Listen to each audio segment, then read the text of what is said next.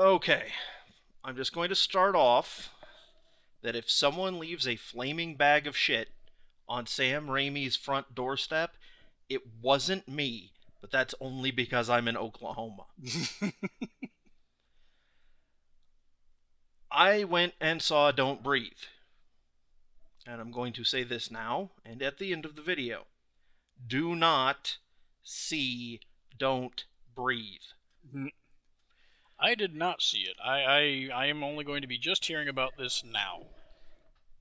Okay. You decided to go out to have some fun. Yeah, I went out to have some fun with a friend of mine. We went to dinner and then to a movie.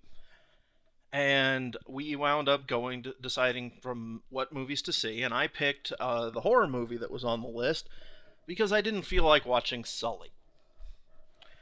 And I was not in the mood to have National Treasure Tom Hanks pull my heartstrings for 2 hours. So I wanted to see something light, and I went and saw a movie that has made it so that I have now officially sworn off horror movies that do not have a supernatural antagonist. I'm done with them. This flaming piece of execrable shit. Oh, spoilers, there's going to be a lot of cursing. I should probably just put it up as a tag before we even do any audio. Oh, just a screen for about a couple seconds. Yeah, there's gonna be. But, okay. I go into this movie not knowing anything about it, but that's not quite true, and I'll tell you why later. Okay, here is the premise of the film. Our three 30-somethings pretending to be 20-something protagonists, as you do, are house burglars in Detroit. Now, two of these people are criminals with hearts of gold. One of them, and I'm only know their character names because I am looking at the Internet Movie Database page. They made that little impact on me. Rocky, the girl, who I assume was not named Roxy because that was considered too trashy, and Alex, one of the boys, are sort of doing this for noble purposes, or at least Rocky is, and Alex is in love with Rocky. Because Rocky's is in a terrible home, and she's got a little sister, and she wants to get her little sister out of Detroit and away from her scumbag stepfather or mother's boyfriend or whatever, and her horrible mother. So they're trying to steal enough to get out. Alex, his father works at the alarm company, and so he uses that to steal the keys and the codes so they can go in and rob the houses. And he makes sure that they do things like they never take cash, and they only take things that the insurance will pay for, and they don't bring guns or anything. So he's trying to make it very much a money, play it safe. This don't already hurt sounds anybody. Like it's trying too hard. Oh yeah. Our third guy, who is only known by the name Money, is Rocky's boyfriend and is a total scumbag. Now, I'll let you guess which one of the protagonists is Latino. Now, which is really weird because apparently, I'm just going off last names here, but the director is some guy named Fede Alvarez. So I don't know if that's just, I don't know what's going on there. But, so they've decided that they're going to do one last big score before they all flee to California. And because Detroit is dying, and the girl wants to take her little sister out, and the scumbag boyfriend wants to go because, hey, it's California. And Alex wants to go because he's, the third wheel that's in love with the girl. Okay, already I have a question. Mm-hmm. If you really can't afford to do Detroit, I've only been to certain parts of California, but it strikes me that California in general is just a wee bit more expensive. How much would you have to steal $300,000. And that's where we're getting to the meat of this. Uh-huh. Okay, You know, so... there's less ambitious plans they could have done. Oh, yeah, like, a bus. Move to Skokie, Yeah. You can move to... There are places you could move.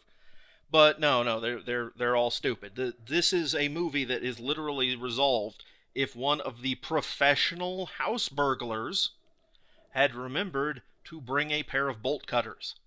The real antagonist in this film is not the blind old man. He's, just incidental. The real antagonist is padlocks. Padlocks are what defeat the heroes or the protagonists like 9 out of 10 times. But, so, the money gets the idea from his fence that, hey, if you want money, steal money. We can't fence this stuff for very much. And so he comes up with this plan that he found out that there was this old blind man whose daughter was killed in a car accident with some rich people. And he got a 6-figure settlement.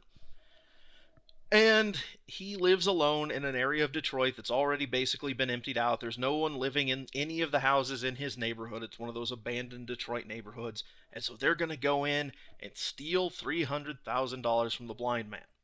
Now, this doesn't sound contrived at all. Oh, no. Because at no point do they address the question of, does the old blind man have a bank account? How do they know that he's keeping it in cash? There is nothing to say this. So, they get to the old man's house, and they can't go in the front door because the front door has like 3 extra locks. And apparently, he only got the alarm lock key to the alarm company for insurance reasons on the stuff that it keeps there. So they can't just break in there. And he somehow hasn't been robbed by a billion people already. Oh, well, we're about to get to this.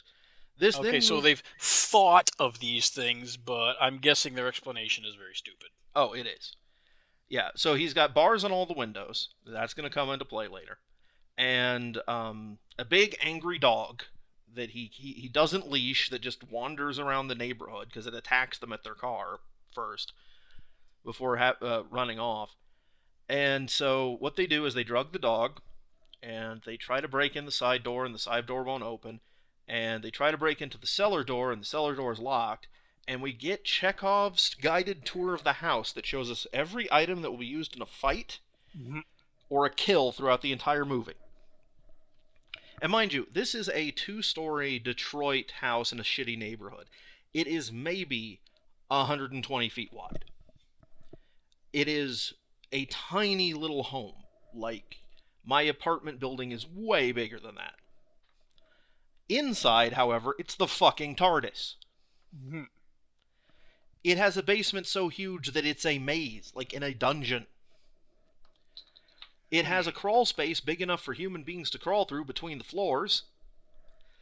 And, well, girl goes in through a window, the bathroom window, because that doesn't have bars on it.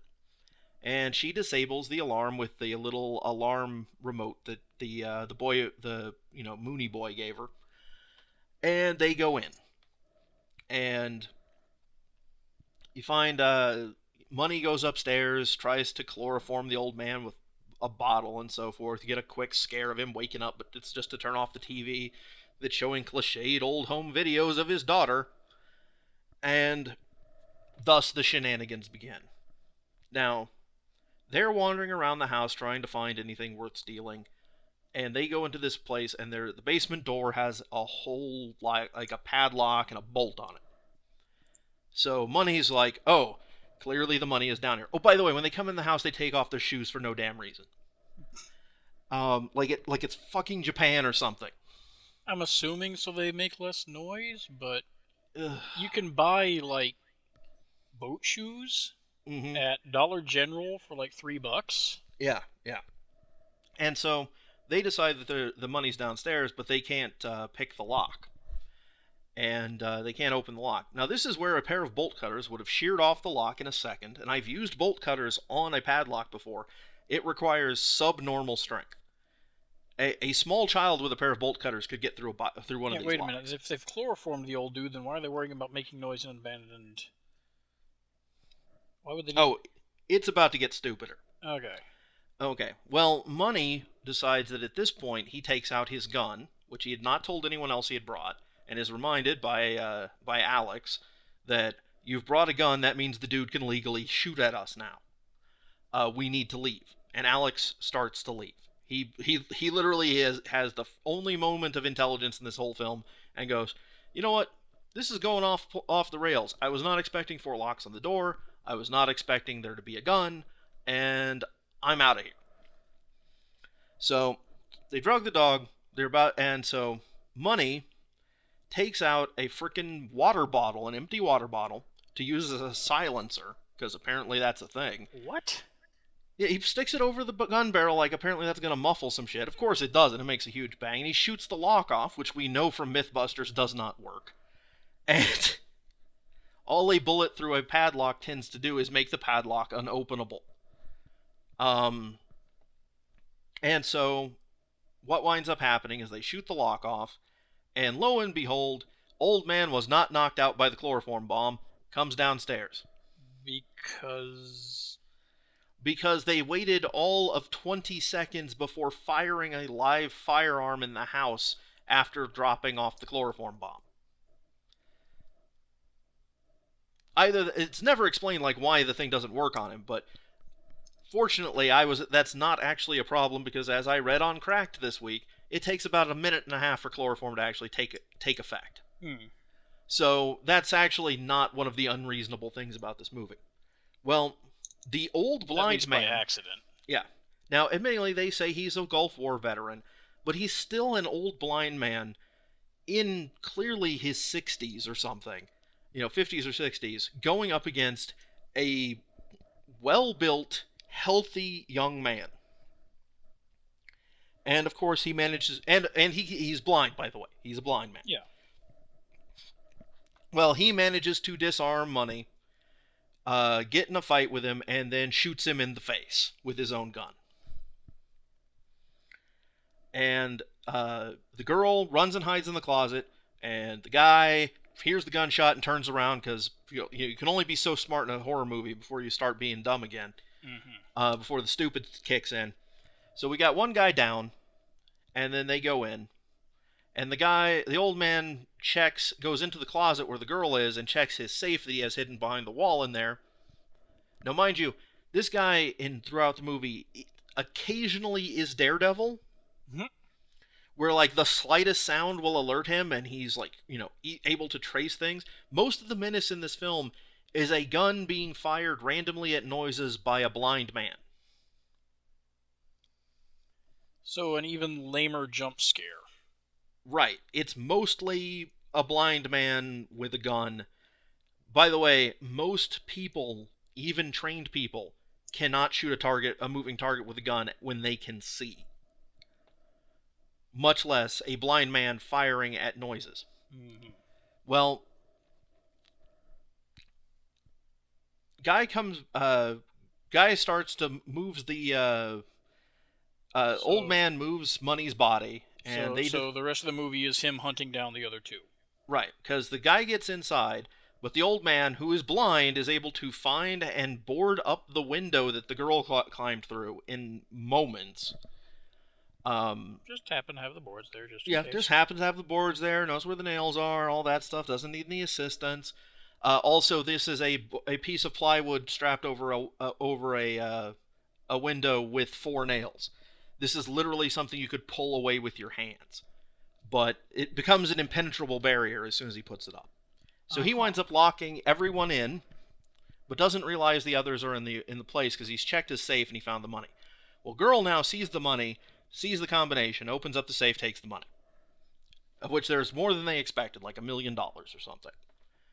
And, so, boyfriend Alex comes back for Rocky, and they're trying to get out, and they realize that all the doors up here are locked with keys from the inside, which is, I don't think you could actually get a locksmith to do that. I'm struggling to see how this could last movie length. This barely seems like it. Oh, it's a short film, but it enrages me nonetheless. So these stupid fuckers, who now at this point everyone deserves to die for being a stupid son of a bitch. Because it's like at this point your friend has just been shot, and you're gonna take the money and try and sneak out of this place. No, you just call the fucking cops. And this is actually what Alex says. Let's get out of here, forget the money, we'll just call the cops and say we heard shots or something, and they'll barge in on this. Well, they decide that they're going to get out through the basement because they saw that there was a basement, a cellar door outside. So they go down in the basement, and they wander through the basement, which is this immense labyrinth. Like it. Why is the basement considered? Well, Like, all how the many locks are on the front door? How many locks are on the side doors? How are they there was locked one from the lock on the outside? Oh, that's the thing. They have key locks on both sides. Now, there is a reason for this, but that's something that no locksmith, I don't think, would do because of fire codes. Yeah. And so that means that a blind man had to have installed all of these locks himself. Because they say that he has no friends, no family, no connections, nothing that they're aware of. So they go down in the basement, and they're trying to get out. And lo and behold, what do they find in the basement? But a woman who is tied up in a little cell down there. And strung to the ceiling with a straitjacket that's handcuffed to her, and there's a little cable that pulls a bell that when she moves it rings a bell and alerts him. And she's all muffled and, gagged so they can't hear what she's saying. So they find there's another padlock with a combination down there, a little safe. They use the same thing, and there's a thing of keys there. And they try to get out. So they go over to the cellar door, and there's a thing where they struggle to get it, but the bell's rung, and the old man comes down, and shots are fired, and he shoots the girl that he had captive that they're trying to free while she's still gagged. She never gets a line. She's just there to be dead meat. Yeah, and he shoots his gun, and he hears both Alex and Rocky make a sound. So he shoots at each of them. He grazes Alex's ear. He winds up shooting Rocky's phone. So, there's no cell phones now, because Alex had earlier, his battery had died, proving that he has so much preparation for these sorts of things. Uh-huh. And they don't have flashlights or any tools, because all of that was in one bag upstairs, and they don't have flashlights in their pockets. And so they try to escape from him in the basement, and he turns off the lights, so it's a game of cat and mouse in the basement in black and white-o night vision. You can buy LED light bulb, ninny flashlights for like $2. Oh yeah, well a pair of bolt cutters costs $15. You can get it at Home Depot. It'll shear straight through a master lock in seconds. It's also, by the way, that storm door, totally made of rotted wood. You could have smashed through it. It looked like shit. But, of course, anything that is even the most minor of impediments becomes an impenetrable barrier in the old man's death TARDIS. So, there's a incredibly dull, that's supposed to be tense scene where they're running around in a massive fucking labyrinth in a home with a floor plan that is, I swear, 800 feet per floor. Uh-huh. So, the basement should only be enough to, the area that he had the woman tied up in was all soundproofed with couch cushions and shit, was bigger than most basements actually are. And this is on top of the huge labyrinth that was big enough that they didn't immediately notice her when they came down the goddamn stairs. Did he find some kind of old communal sex thing? Oh, I don't know, man. But it's Did never they addressed. explain the girl at all? Oh, no, I'm getting to it. It's because it's stupid. You need to understand these revelations as they come. And so he winds up emptying all the bullets from Money's gun. And so they wind up running around the house like it's fucking Scooby-Doo for a while. He gets his own old gun. The dog is now awake and has gotten into the house. And the old man's locked them in. And, he's destroyed the lock on the cellar door so they can't get out that way, even though a good strong kick will take care of it. And they wind up locking themselves in a room. And they say... locking themselves in an upstairs room. And they say all the doors are barred. All the windows are barred. So she slips into the crawl space through the vent, because all houses, of course, have a vent crawl space that you can go through. Oh, sure. Sure. And I use mine all the time. And the old man comes through and just clocks Alex and knocks him out a window, which shatters and he falls through, landing on a glass on the first floor kitchen's glass skylight, which is cracking menacingly under him. They just said all the windows are barred until he gets thrown through one. Uh-huh. So either they could not tell that window was barred, or the old man has sufficient strength to knock a 20-something-year-old boy through a barred window and have the bars break. And neither of these... Well, that would be one tough person to go through that. I mean... Yeah. Well, what winds up happening is Alex starts to kind of come awake, and the old man has retrieved his gun now, and he's sabotaged their means of escape, and he leans out the window because somehow he can tell that Alex is on that skylight and shoots through it to make him fall down into the kitchen. Rather than shooting him because apparently he's Daredevil. Right, yeah. It's and by the way, these guns have an amazing ability to have as many bullets as they need until such time as he has a gun pressed to someone's head. And then they're dry. So they wind up he winds up getting up. Alex finally winds up getting up. And he winds up having a fight with the old man in the hardware room. And it looks like he's murdered. But it's, spoiler alert, the old man who had been beating on this guy and strangling him and, fighting him with a hammer. Like, the kid has a hammer and he's fighting him back and forth. When the guy delivers his deadly coup de grace with a pair of gardening shears, he manages to somehow miss and stab his dead buddy instead of him. So it's a fake-out kill.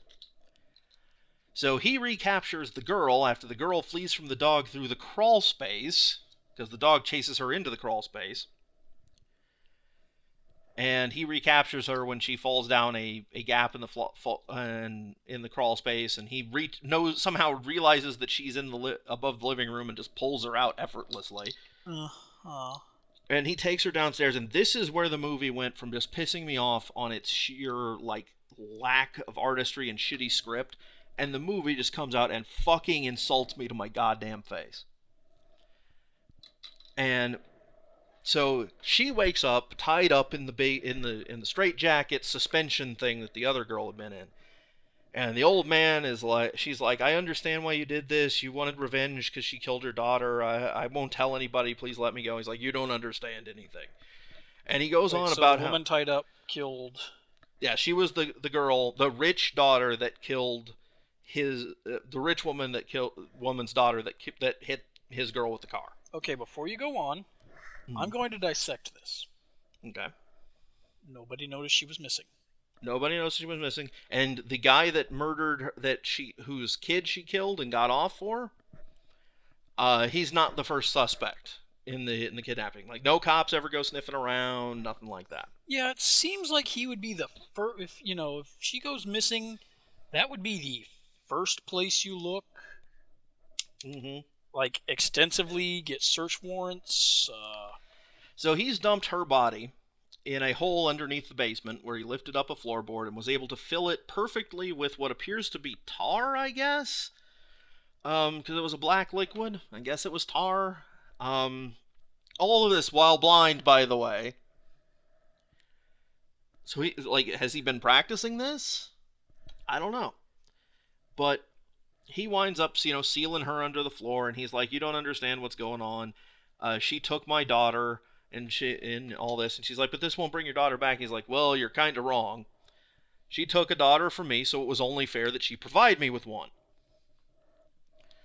And it turns out that what he had done is he had kidnapped her while blind.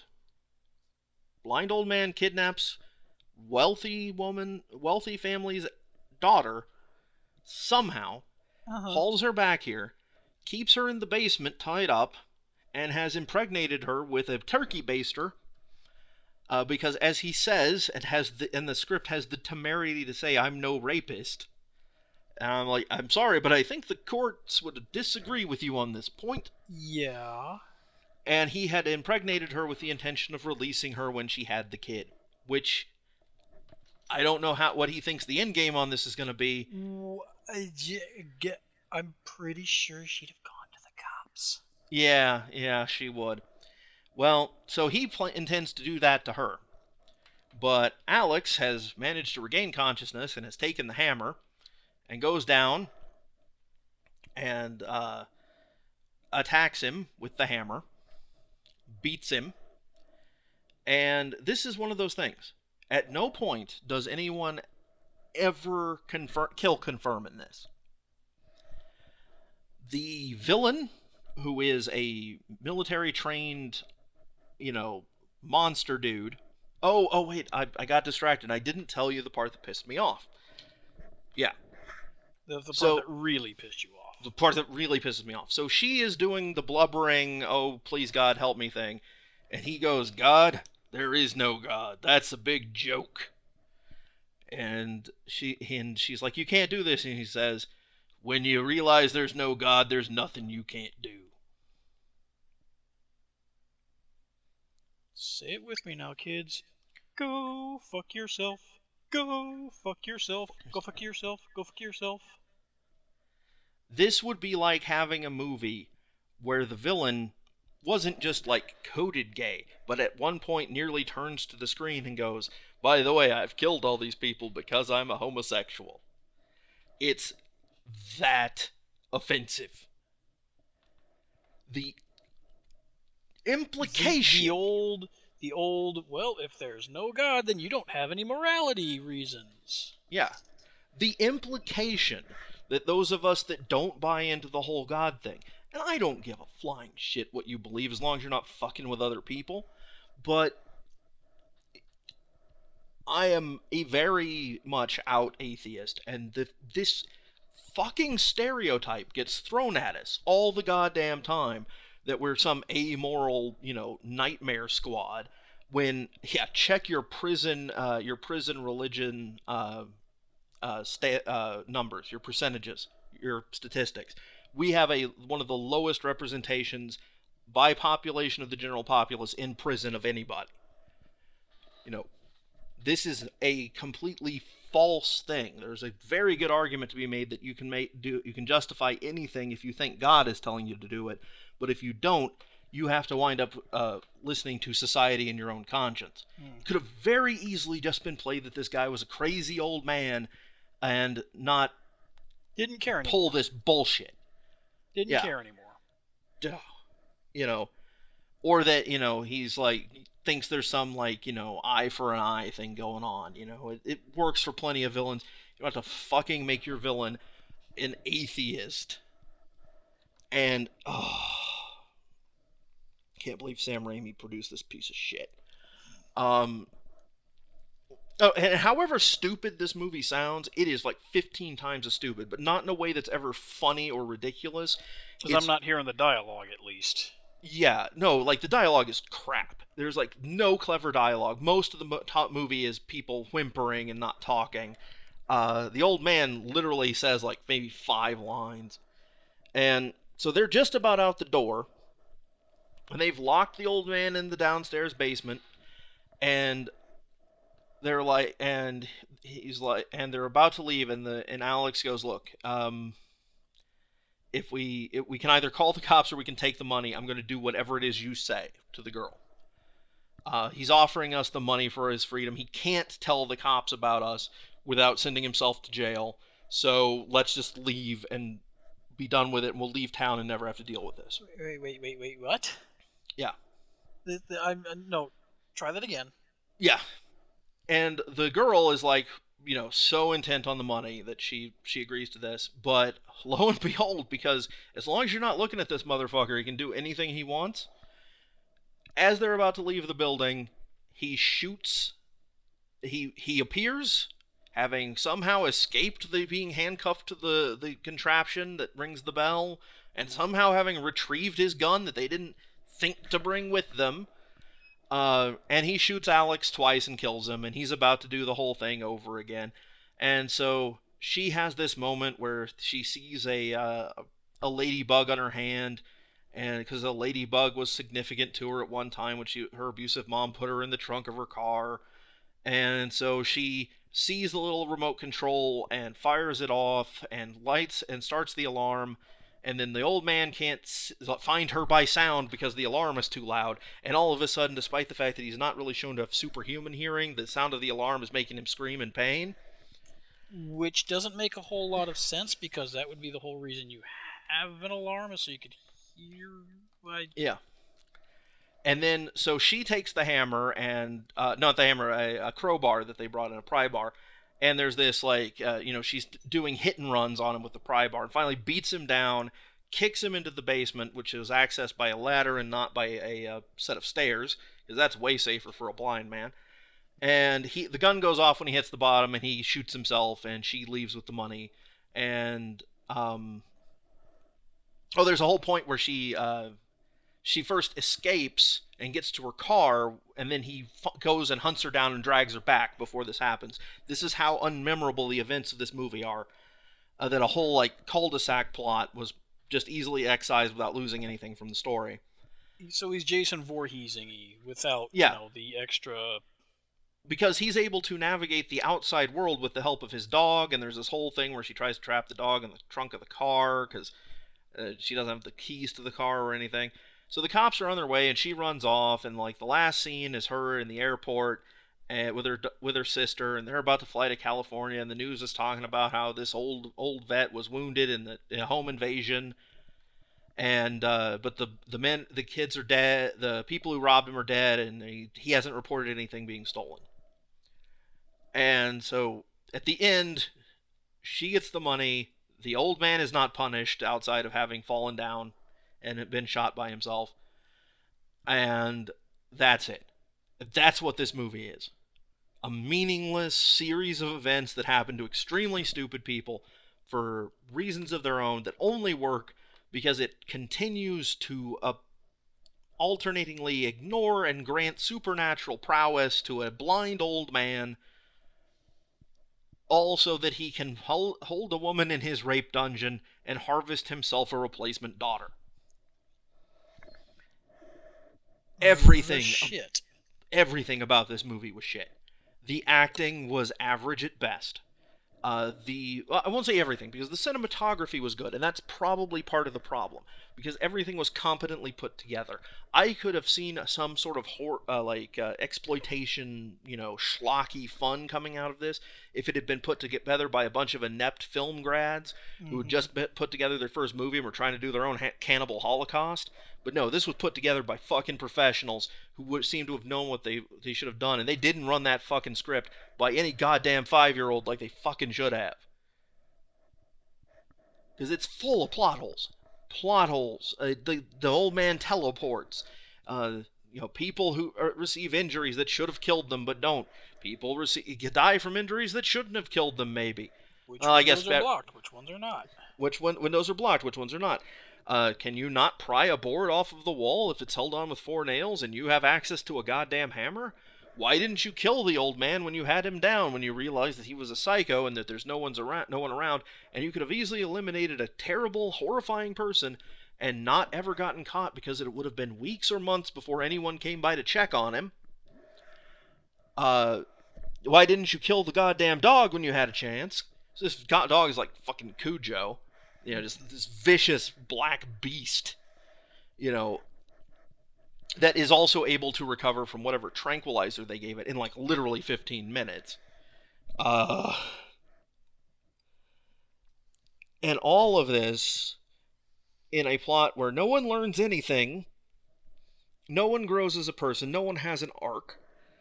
The only guy with a conscience dies. The only person with a conscience dies. And everyone... And the other thing is that you don't care about any of the characters because you're not really given a reason to. You were given the most stock, I have a horrible family, but I don't know that Child Protective Services is something I can report to thing going. Because they're, living in a trailer in the middle of nowhere with the the boyfriend of the kid's mother is like got Nazi tattoos and shit. It's just so over the Not that fucking Child top. Protective Services is always going to be great, but Yeah. but But if you were in a situation where you and your sister are living with your mom, who is horrible, and she's abusive, and when you come back and you say she, tells you to go to the store, and you're like, you don't have any, there's no money in your wallet, and she's like, well, I know you're making money. Your lips are sore. Is that how you've been getting your money? You know, at that point, maybe you do call Child Protective Services to get your little sister out of that environment with your abusive mother and her neo-Nazi boyfriend. But oh, fucking hell. This whole movie, it's offensive to atheists. It should be offensive to I don't know how, but like I think maybe there's no Asian people in this movie, but they should still be offended. Um, every class and category, race, creed, and color should be offended because this movie thinks you're a moron when you go through the door. It thinks you are a fucking idiot, and it condescends to you, and it doesn't put forth even the remotest effort to have a cogent storyline or even a series of things that make sense, then it doesn't even win on the horror movie thing. There are no good jump scares. And I am particularly vulnerable to jump scares. I have a really hard time with jump scares, actually. I get when they do the tense music thing, it just makes me really anxious. And then if they do the fake out stuff, it really messes with me because I do have my little anxiety disorder thing. So I'm usually like the first person who's terrified out of my ass in something full of jump scares. Yeah. There's no jump scares. There's no gore. So it's not like torture porn or anything. There's no creative kills. Because it's all, like, everyone who dies gets shot.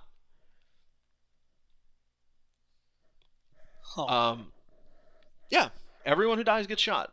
You have a blind old man hunting people through a house, and they show you, there's hammers involved, and pry bars, and, a basement that's only accessible by a ladder, and, he's got all kinds of, like, things where he can shut off the lights and shit, so he's clearly prepared for, like, an escape attempt by the girl.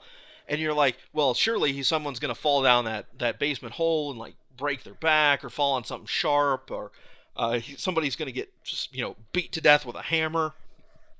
No.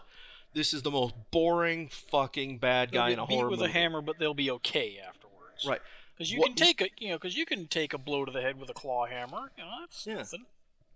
Yeah.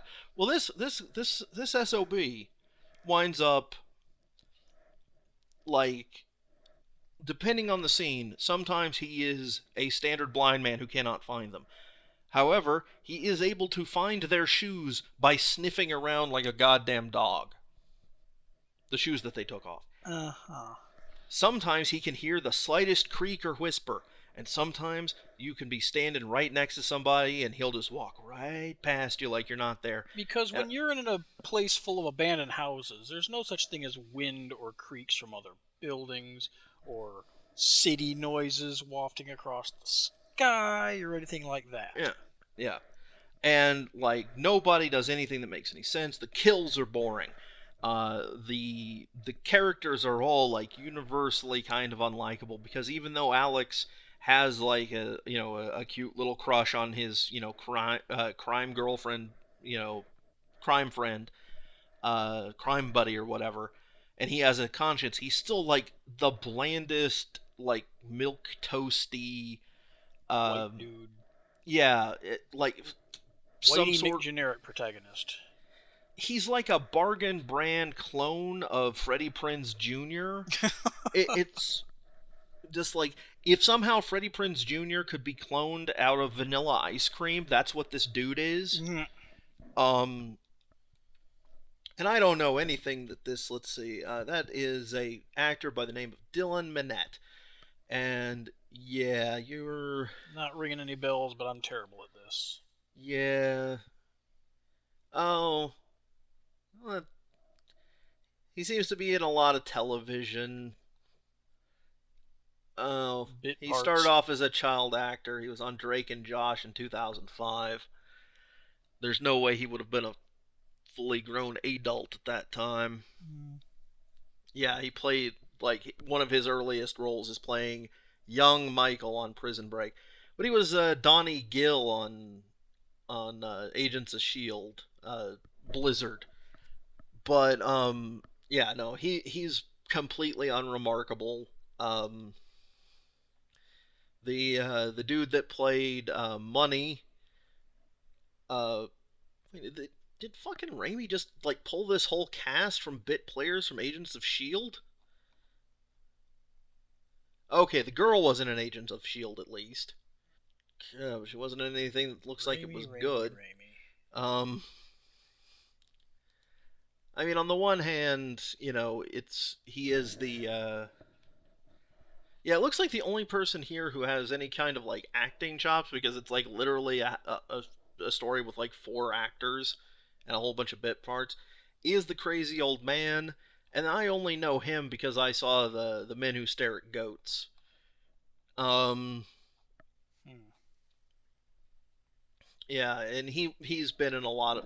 He's just this. He plays this crusty, angry old guy with a beard, and this is his basic thing. I find a person, I punch them with the same punch over and over again, because that's where we're gonna be realistic. And then I strangle them until they go unconscious, or I shoot them. I came to see a horror movie. I expected somebody to die on the end of a pitchfork. Um, Or for him to at least God. say creepy things. Oh yeah, or for him to be like they try to pull this like silent menace thing with him, and because like through the whole movie the only lines of dialogue he really has are the ones when he's in the basement explaining his master animal husbandry plan, uh, as he's marching menacingly towards your heroine after having cut open the base of her pants with a Bowie knife with a freaking turkey baster full of semen. Ew. Yeah, like it doesn't give you any glory kills. It doesn't give you what you want from a horror movie. It's not particularly scary. It's not creepy. It's not ultra violent really. There's no creative kills, as I've said many times before. The kills are all boring. The villain is not believable, so it's not one of these like this could be lurking in any house in America type of terror stories. There's no like the fear of the Yeah. real threat there. It's not like a home invasion movie where you like your visceral fear of someone breaking into your house is part of it. It's just a huge waste of everyone's time, effort, and dignity, and it is beneath you as an audience to be And yet exposed to this apparently movie. it seems to be getting okay ratings. Well, that's because human beings are shit. I'm not saying they're Um, right. I mean, Rotten Tomatoes, you get the freshness. I mean, let's face it, mediocre is considered a fresh rating. right, yeah. No, I could see some people who consider this mediocre, but like compared to stuff that I've seen horror movies in recent years, this is like literally the absolute bottom of the barrel. Um, and the thing is, and this is something that I've been cursing a lot. I've been very angry, but Greg will vouch for me on this that I am one of the most forgiving people when it comes Hmm. to movies and TV shows. I'm still watching Supernatural. I because I get just enough out of it for it to be worth the 44 minutes it takes to go through an episode. Because maybe I'll get to see Crawley mug some. Maybe I'll get some funny stuff out of Cass. I love a lot of terrible movies, and the thing is, this movie is not enjoyable in a bad movie sense. And the reason I said I didn't know anything about this going in, but I wasn't quite sure, is like a part way through, right after he catches her out in the open, I realized that I had watched Cinema Snobs uh, in their car like after the movie Yeah. review of this, and had not it and it had sound and I was doing something else at the same time, so I didn't connect the title of the movie to what they were talking about, and almost like in the third act, I'm like, holy shit, this is that terrible movie that Brad and them went and saw. Oh, if only I could have remembered that this was the title of that film, I would have gone and seen fucking So I'm Scully. guessing Brad and whoever did not like it. They were not as like angry as I was, but I mean, these are the people who have seen things like the Chipmunks And movies, Dinesh so D'Souza they've got movies. a little bit of a different Dinesh D'Souza movies, and they've got a little bit of a different bar. But no, I went into this expecting because I always go and see shitty horror movies with my friend that went and saw this with. She and I went and saw Crimson Peak, and we saw that creepy Hammer movie, the creepy ghost woman, and that I don't remember the title of, but Daniel Radcliffe was in it. It was actually pretty good, and we've seen all sorts of these things because we both like a little scary film. It's a fun distraction, and then this thing just comes in, and I would have hated this movie even without the slander towards my belief system. My universal worldview. But however you want to phrase that. But with it, it's just like I went and saw the shittiest movie possible, and then it fucking called me a murderer. And and veterans need to be angry about this movie. And I say that as someone. It's like I've been watching BoJack Horseman. And in the second episode of BoJack Horseman, he has this whole thing where he's like, I don't think all the troops are heroes. Some of the troops are probably jerks. And I'm like, BoJack Horseman's like whole thing in that episode, I tend to agree with that. So yeah, there's a little bit of contentious statement there, but no, it's like, no, this like slanders every type of person that is in this film. It is insulting to house burglars. It is insulting to people who are. It's insulting to veterans. It is insulting to people who have planned elaborate revenges for the loss of their loved ones. Latinos. It's which is weird because apparently it's that's who the writer and director is. The writer and director at least has that sounding last name. I don't know. Maybe he's from Spain. Maybe he is Latino. I don't know. I don't think that's necessarily relevant. I just know that it's just like the one like representation of a non-white person is extremely negative, because money is a complete and total ass and is the dumbest of the three of them. But I'm not the type of person to get upset on someone else's behalf on that type of thing. If there is a Latino reviewer who wants to go in on that, that's their business. But it's insulting to human beings. Insulting to dogs, like everything, like insulting to padlocks. If it was in this movie, it has been shamed by association with this film. Detroit, trees, dirt, air, California, the concept of leaving an abusive family, the English language. And I think light. So what I'm getting is we probably shouldn't go see it. Do not go see this movie. Don't give these people money for this. At a certain point, you're like, if you go and see a movie that's shitty but fun, you're at least encouraging someone to try again. Maybe somebody who's made a shitty but fun movie, they've got potential, and they can make a better movie down the line.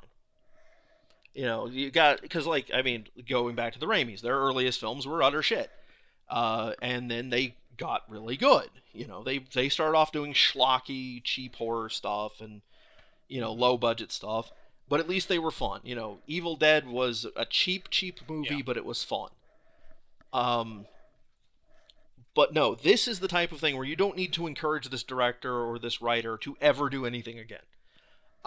They need to be encouraged to find a place in society where they can benefit themselves and the whole of society without causing further harm.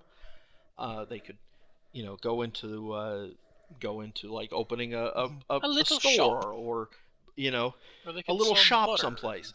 Things people need. They could sell homeowners insurance or any number of things that society requires to go forward. all sorts of jobs, but they do not need to be making movies because this movie is so bad. And it is bad in a way that leaves you cold and angry and just embittered. Hmm. And now that I have ranted about this, and I've put this all down on audio, and I've shared it with you people, and trust me, my rage, my impotent rage at this affront to my senses is going to be 10 times more enjoyable than this film. And now that I have this down, I can obliterate the memory of it from my mind.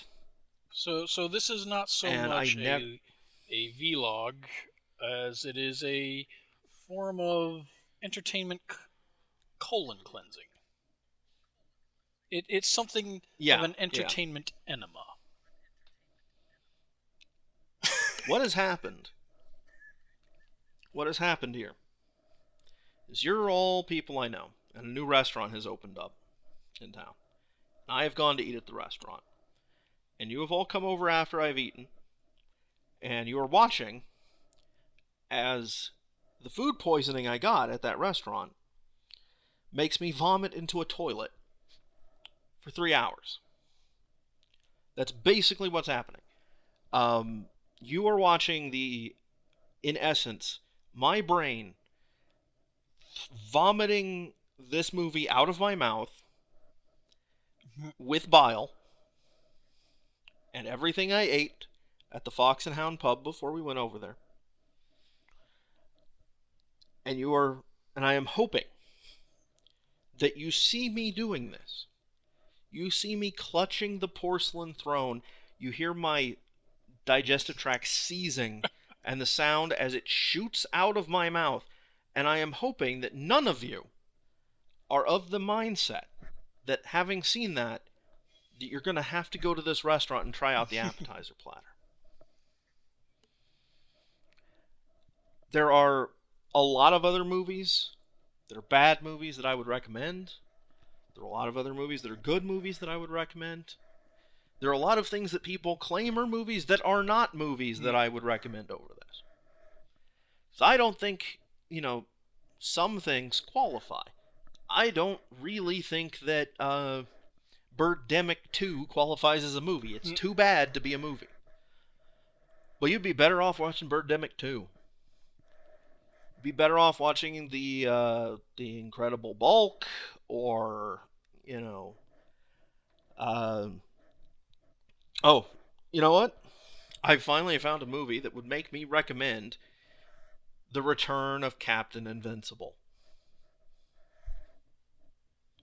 And that's a movie that has literally 3 minutes of enjoyable content, all of which is on YouTube. In the form of Christopher Lee singing the song Name Your Poison. I hate this movie. I hate the people who made this movie. I hate their agents. I'm very, very angry with Sam Raimi right now. Raimi.